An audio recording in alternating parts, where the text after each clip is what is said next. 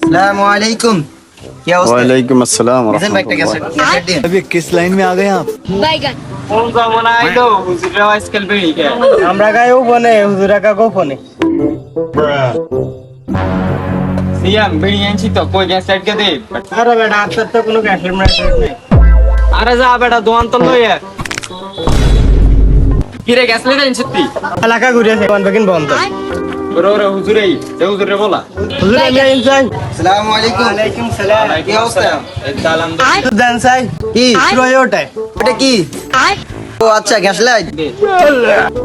হুজুরে এত অভিনয় করেন কা আইন আমরা তিনজন একসাথে বইবে খাই আস্তাগফিরুল্লাহ আস্তাগফিরুল্লাহ। আরে এত অ্যাক্টিং করেন কা তো গ্যাস লাইট লেসেন কিনলে এটা এগুলো খাই না। তো গ্যাস লাইট লয়ে আটান কিনলে আচ্ছা গ্যাস লাইটটা দেন। যখন আমি গুনাহ করতে যাই তখন আমি গ্যাস লাইট দিয়ে হাত পোড়াই।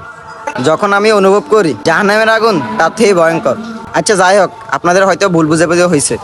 আমার কাছ থেকে আপনাদের একটা অনুরোধ, আপনারা হারাম কাজ থেকে বিরত থাকেন।